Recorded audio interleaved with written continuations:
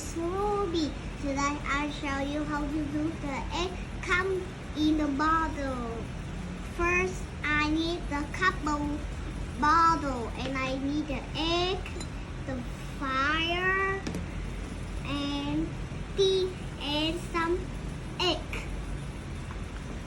Let's peel the egg. And I peel the egg already. Now I want to do it. And now I will do it. My mom taught me to do the fire.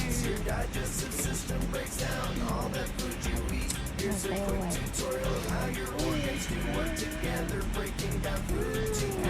put it.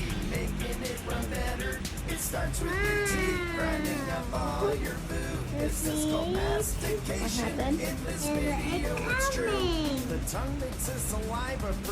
And what happened with the egg? The egg is big or small? Big. And what happened? And the egg comes in the bottle. So yummy. Bye everyone. Then the upper esophageal sphincter will stay closed until the brain tells it to open to let your food go. When your food's in your esophagus, peristalsis occurs. That's when your circular and longitudinal muscles will work. These two